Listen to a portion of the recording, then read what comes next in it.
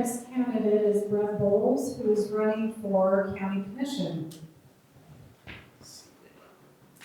You can have the handouts here or however you're comfortable. Don't trip on me. Obviously, you can tell what I do for a living. The reason I got into this race, by the way, I'm Brent Bowles. I'm running for Commission Seat A. And the reason I got into it is pretty simple. I've been a fan of the caucus system. I've been a precinct chair. I've been state and county delegates. And the last time, was it 4 years ago, when I interviewed our county commissioners, Amelia Powers and Brandon Gordon, I asked them specific questions. One, were you going to raise those taxes? Two, are you going to vote yourself a raise? And they both said no.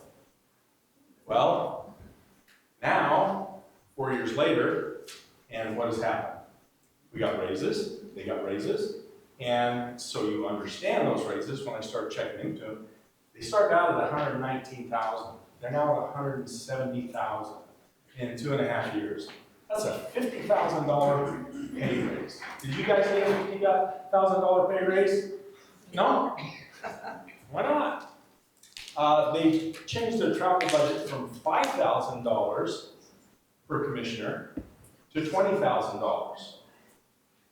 Okay, so now we have one commissioner that has went back to DC over a dozen times on your dime.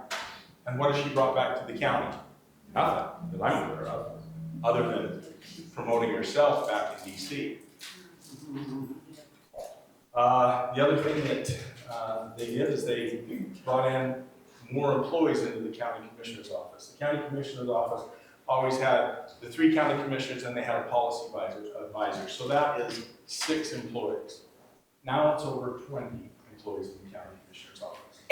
Now the county administrator that you have to talk to before you can talk to a county commissioner. I thought, they're elected officials, I should be able to have access to them. So those are the things that I got into this race. And somebody asked me, you know, you've been part of it, why don't you run? And I thought really long and hard about it. You know what, I've been wanting to retire for the last 2 years, but because of the health care needs in the medical field, I get constantly called to provide my services. I'm independent anesthesia provider. I'm a certified registered nurse anesthesiologist. Before that, I had a career in the fire department, 23 years with Sandy City Fire Department. And I kind of got soured on politics back then because I seen a lot of things happening in the fire department, the mayor's office, and the council, because I was put in certain positions in the department to see those things happen. And I just thought, you know what, this just isn't for me. And so after a few battles with our chief and the mayor on certain issues, I decided, you know what, I need to retire and go do something else. So I had my nursing and worked in the ICU, ER, done some lifelike stuff.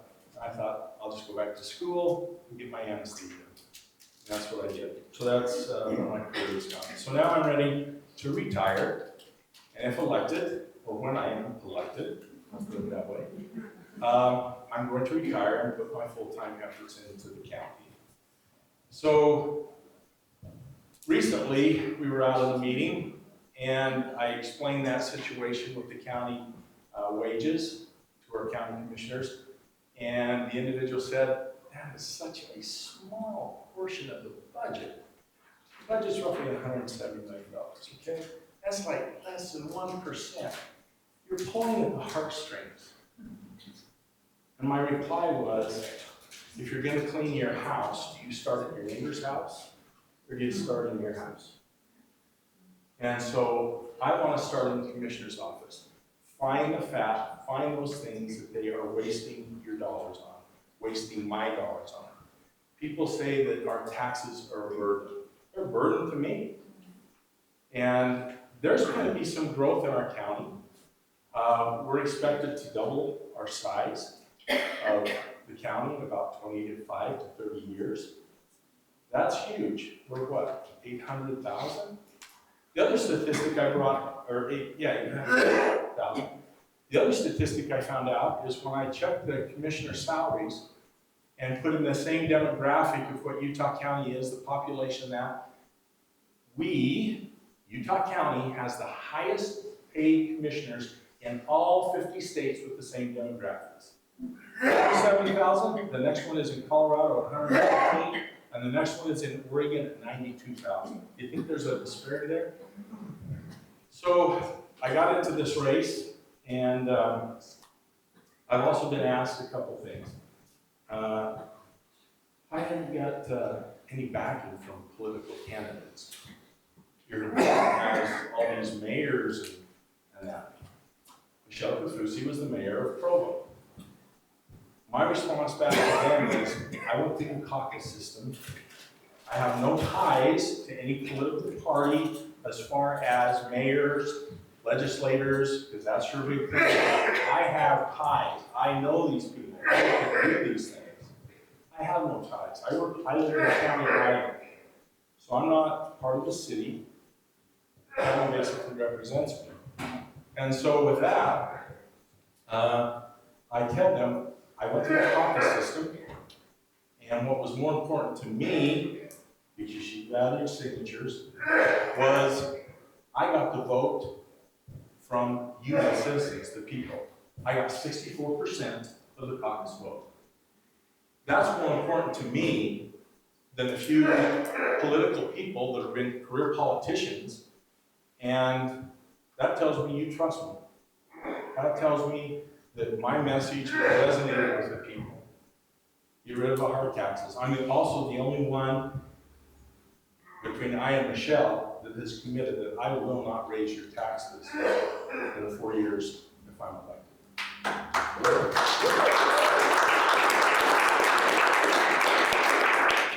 Michelle will not make that commitment. The other thing I want to point out is she also states, I never raised taxes in Provo the whole time I was mayor there for the 8 years she was there. Their bond debt, when she went in, was $112 million. The bond debt now in Provo is over $200 million.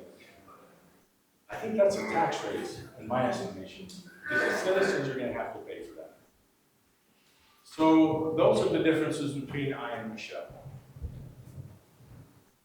I want to look at the county budget. You can't tell me there isn't fat in there. You can't tell me there isn't areas we can cut. The other thing I want is you all get a tax notice, right? And on that tax notice, what do you get? A little pie chart. And that little pie chart tells you, oh, 60% went here, 30% went here, 10% went here, okay? I want something different. I want you as the people to go to the county website, click on that budget, and see a detailed budget so you know how much money is being spent. So if we have 500 employees, this is what we're paying in their salaries. I don't care about what they're making. I want to see that big number. This is the money we're paying out for benefits. This is the money we're paying out for gas for our vehicles. This is the money we're paying out for maintenance. This is the money we're paying out in the auditor's office, in the clerk's office, in the county health department. You should know where every dime is going, not this pie chart. So I'd like to change that so there's more transparency that you actually see as citizens with our county budget instead of this pie chart. I know that David and I are very similar in our fiscal responsibility, and he also has some great plans. And I think working together, we can develop a really good system to make the county responsible to you. The other thing I want to point out is I don't think the county commissioners get together. In my profession, we have peer reviews. When I say peer review, that means doctors come to me, administration comes to me, other people come to me and say, hey, we want you to do this, and we've looked over your charts, you got to change this, you got to do this. I don't believe the county commissioners are doing that, where they're meeting together and saying, okay, you were over this area of county, such as if they're over, say, Public Works and the county health department. Have you talked with them? Have you met with them? What are their needs? Are they efficient? Are they not efficient? And that. So we should be meeting at least once a month. And if we're assigned to a certain city, we should be going to those council meetings and working with the mayors and the council to find out their needs. And so we report back to one another and we say, if David was elected, I'd say, David, did you go out to Saratoga Springs and Eagle Mountain? What are their needs? And if he can't tell me, I hold him responsible and say, well, what are you going to do next? Are you going to be out there? Why didn't you get out this one? So we're accountable. The other thing I've presented, and this is kind of a time. Yeah. Okay. So, Fine. I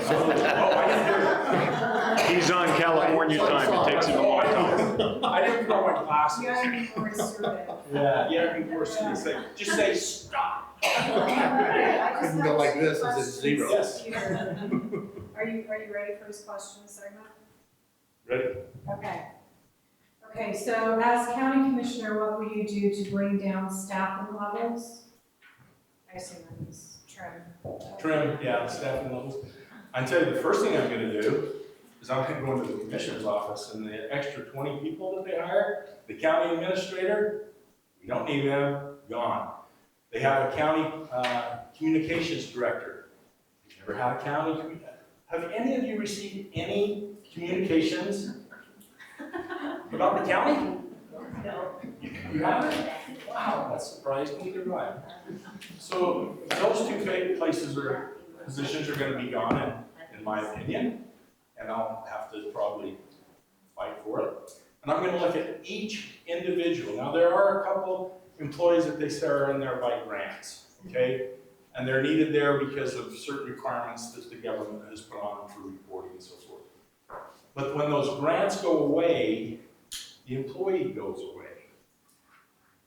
In past experience, I've noticed in the fire department, when we always had grants for employees, when the grant went away, it was, oh, we can't let these people go.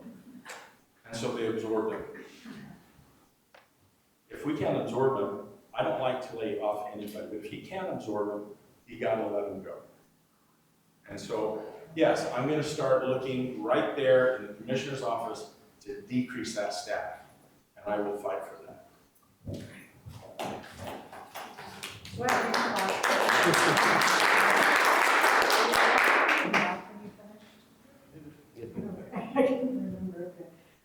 So the next question, if we had another epidemic, what role could you play as a county commissioner? Okay, so with the epidemic that we went through in COVID, this is very interesting because I was talking to an individual, a friend of mine.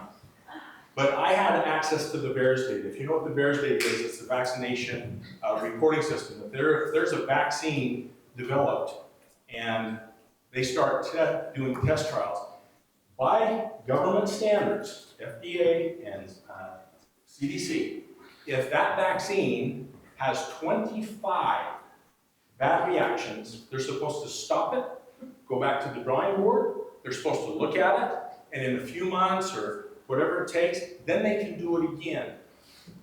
If they have over 50 bad reactions, it's done. They have to take it all the way back to the drawing board, and they have to start over, and it might not be released for another 2 years. Okay? That's the standard. I had access to that. And they shut me off when I had access, so I had to go through the back door, but I got the access. The first trial that they done, there was over 2,000 bad reactions. And I'm not talking small reactions, I'm talking big reactions. And as time went on, there was more and more reactions. This idea of, oh, put on a mask. I work in anesthesia. When somebody sneezes, that mask doesn't protect me even though I've got one on. Those droplets go everywhere and you suck them in. The 6-foot rule, where did that come from? I asked, where did that come from? Oh, scientific. And I'm thinking, no. Then what do we find out? It's just a made-up number to make people happy. I was literally standing in a store and my toe was barely over the tape. And a lady turned around and said, God! Okay, so I went like this and went back. And she was satisfied. It's like, really? It didn't make sense to me. So if another pandemic comes out, no, I will not accept the fact that we're gonna mandate everybody wear masks, mandate everybody to stay certain feet away. No, no, you have certain rights.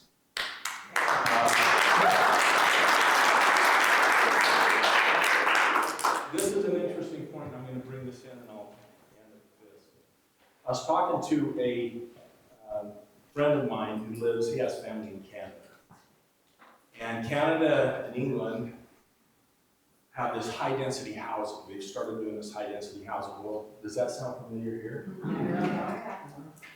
Well, what happened in Canada with COVID, the government found something really interesting. They could control the people with high density housing. Why? Because high density housing, you have one little spot that you can go out and sit in a little park. You don't have a yard to go out and sit with your family. He said his family went out and just sat on a little piece of grass in the park. The Canadian police come by and said, you've got 5 minutes to collect your stuff and get inside or we're going to fine you. So with this high density housing, he said, it's interesting with the COVID and with the mandates they made, how they were able to control the people, large portions of people, just in high density housing. So is high density housing a good way, or is it another way that government can control us? I'm going to leave that up to you. Okay? Any other questions? Are you going to share your notes? Yes. Restate the question. She asked if I would share my phone number. Yes. It's on my flyers. I have some flyers there, but it's 801-369-5435. That's 801-369-5435. If you call me and I don't pick up, or if you text me and I don't get right back to you, it's not because I'm ignoring you or screening your call. It's because I'm probably in a surgery and I shouldn't be talking on the phone when I'm supposed to be somebody alive. So leave your text, leave me a message, and I will get back to you. It might be a couple hours, it could be towards the evening. I started at 6:30 this morning on some cases and ended, thank heavens I ended, and I had to really keep on the surgeon. Come on, let's move. I've got places to go. I drove back from Idaho. Right now I have a contract in Idaho at the surgery center. And when I left, I just ran because if I would have stayed there, they would have been asking me to write orders for this and write orders for that, and I didn't have time. So I just left after everybody was stable. But if you have questions, please text me, get with me, and I will be more than happy to return those.